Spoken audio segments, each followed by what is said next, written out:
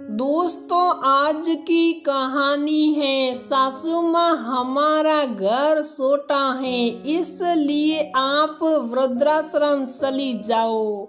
दोस्तों, कहानी शुरू करने से पहले अगर आपने हमारे चैनल को सब्सक्राइब नहीं किया है तो सब्सक्राइब कर लीजिए ताकि आपके पास पहुँचे हर नया वीडियो।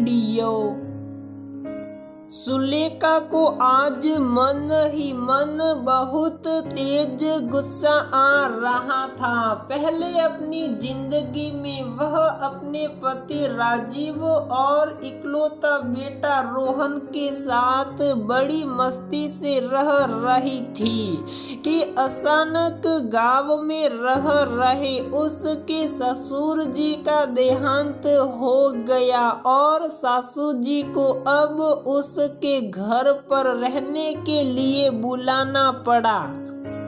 घर में एक कमरा उसके और उसके पति राजीव का है, एक उसके 22 वर्षीय बेटे रोहन का। इसके अलावा एक बैठक कक्ष भी था। जब से सुलेखा की सासू इस घर में रहने आई है, बैठक कक्ष वाला कमरा उनका बन गया था।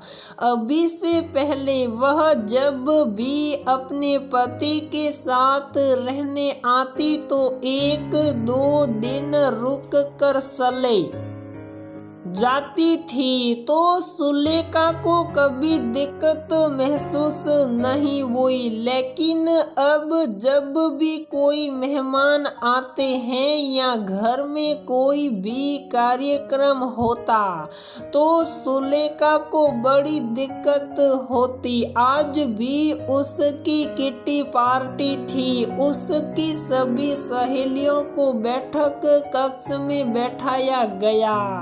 सुलेखा, तूने तो आज अपने सास के कमरे में ही हमें बैठा दिया। उसकी एक सहेली ने तंज कसा। हाँ यार, जानती हूँ अब ये घर छोटा पड़ने लगा है।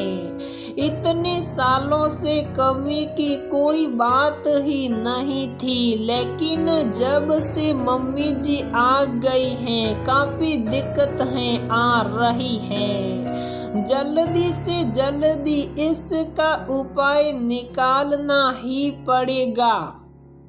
घर में वही होता जैसे सुलेखा चाहती थी। पति देव राजीव जी तो वैसे भी जीवन के वही दर्शन करते थे जो उनकी पत्नी जी उन्हें कराती थी।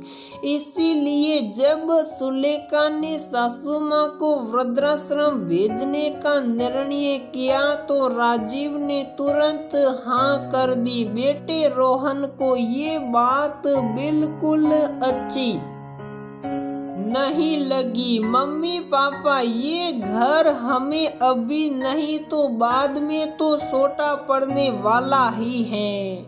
दादी को आश्रम भेजने से अच्छा है हम थोड़े बड़े घर को खरीदने का ही प्रबंध करें। अब तो हमारे पास पैसों की भी अच्छी व्यवस्था है। हम चाहे तो एक बड़ा घर खरीद कर हमारी सारी जरूरतें पूरी कर सकते हैं। फिर दादी को भी हम साथ में रख सकते हैं। तुम चुप रहो रोहन, थोड़े सालों में तुम्हारी शादी का वक्त आ जाएगा। अभी पैसों को घर में लगाने की क्या जरूरत है। अभी से बड़े घर की जरूरत नहीं है और वहाँ पर तुम्हारी दादी को अपने हम उम्र के लोग भी मिल जाएंगे। वैसे भी दिन भर घर में बोर होती रहती हैं। सुलेखा ने फिर नए बहाने बनाकर रोहन को चुप कर दिया। हकीकत में वह सास को अपने साथ रखना ही नहीं चाहती थी और इससे अच्छा मौका उसको नहीं मिलने वाला था। और हमेशा की तरह सुलेखा ने अपनी मन मर्जी चलाई। सास की क्या भावनाएं थी, इससे सुलेखा को कोई मतलब नहीं था। उसके खुद के माँ बाप तो सालों पहले ही गुजर चुके थे, लेकिन रोहन महसूस कर रहा था उस दर्द को जो उसके माँ बाप ने अपनी माँ को दिया। जाते जाते रोहन की दादी एक अनकहे दर्द को अपने मन में छुपा कर जा रही थी। वृद्धाश्रम भेजने के बाद दोनों बेटे बहू ने अपनी माँ से मुंह मोड़ लिया। बस रोहन ही कभी कभी अपनी मम्मी पापा को बिना बताए अपनी दादी से मिलने चले जाता। पहले अपने पति से वियोग और बाद में अपने परिवार से वियोग वह सह ना सकी और थोड़े दिन में ही सल बसी। सुलेखा की तो मन मांगी मुराद पूरी हो गई। समय बीतता गया। थोड़ी सालों में रोहन की शादी हो गई।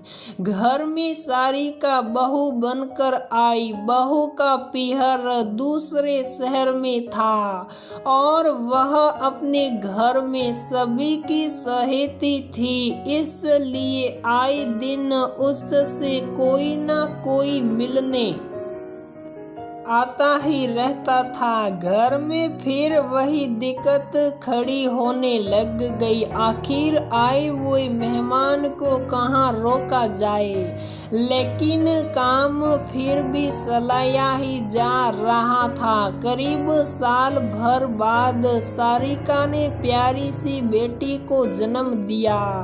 अब बच्चे के साथ में बहुत से सामान और बहुत से खिलौने। वह घर सारिका को भी अब छोटा पड़ने लगा था। सुलेखा और राजीव भी इस कमी को महसूस कर रहे थे।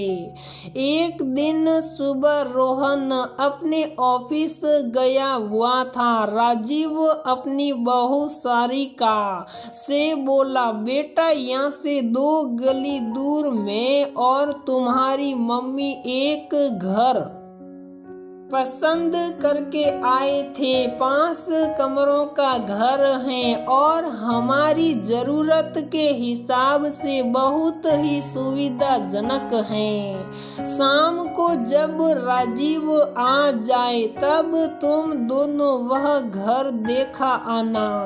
पसंद जाएगा तो उसे फाइनल कर देंगे, लेकिन पापा बड़े घर की क्या जरूरत है। सारिका की बात सुन कर सुलेखा रसोई में से काम करती करती बाहर आ गई। ये क्या कह रहे हो सारिका, तुम कितने दिनों से तुम देख रही हो ये घर छोटा पड़ने लगा है।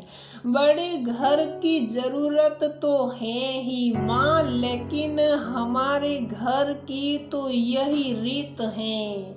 जैसे ही हमें घर छोटा पड़ने लगता है, घर के बड़ों को वृद्धाश्रम भेज दिया जाता है। मुझे लगता है आप दोनों के ये घर खाली करते ही समस्या का अंत हो जाएगा। अब तो मेरे भी गुड़िया हो गई हैं, उसकी पढ़ाई लिखाई रहन सहन में भी पैसा चाहिए रहेगा। ऐसे में नए घर में पैसा लगाकर क्यों व्यर्थ करना। मुझे लगता है वृद्ध आश्रम में जाकर रहना ज्यादा अच्छा उपाय हैं। आप लोग घर के बजाय कोई अच्छा सा वृद्धाश्रम ढूंढ लीजिए। और हाँ, ये बात खुद रोहन ने मुझे कही है। सुलेखा और राजीव पर तो जैसे बिजली गिर गई हो। दोनों का शरीर निडाल हो चुका था और बेसुध होकर सोफे पर गिर पड़े। आपस में ही एक दूसरे को संभालने लगे। किसी से भी क्या गिला शिकवा करते। सारिका तो आज उनको वही तस्वीर दिखा रही थी जो कुछ सालों पहले उन्होंने अपनी माँ को दिखाई थी। इंसान को अपनी गलती तब तक समझ में नहीं आती जब तक उस पर खुद पर वह परिस्थिति नहीं बीतती। इसी इंतजार में दोनों ने दिन भर निकाल दिया कि रात को रोहन आएगा और यही कहेगा कि ये केवल मैंने आपको सबक सिखाने के लिए कहा था, क्योंकि जिस बात की हल्की झलक ने उनके शरीर पर सैकड़ों कांटे चुभा दिए उसको उनकी माँ ने कैसे सहन किया होगा। रात को रोहन और सारिका ने उनको इस दर्द का केवल एहसास कराने की बात स्वीकार तो कर ली, लेकिन सुलेखा और राजीव आज अपनी ही नजरों में गिर चुके थे। अब माफी मांगने के लिए ना उनके पास उनकी माँ बसी थी, ना ही अपने बेटे बहू की नजरों में अपने लिए इज्जत। अपनी माँ को खोकर सुलेखा और राजीव बहुत देर कर चुके थे। तो दोस्तों, हमारी ये कहानी यहीं पर समाप्त होती है। अगर आपको हमारी ये कहानी पसंद आती है तो प्लीज वीडियो को लाइक करें, शेयर करें और हमारे चैनल को सब्सक्राइब जरूर करें।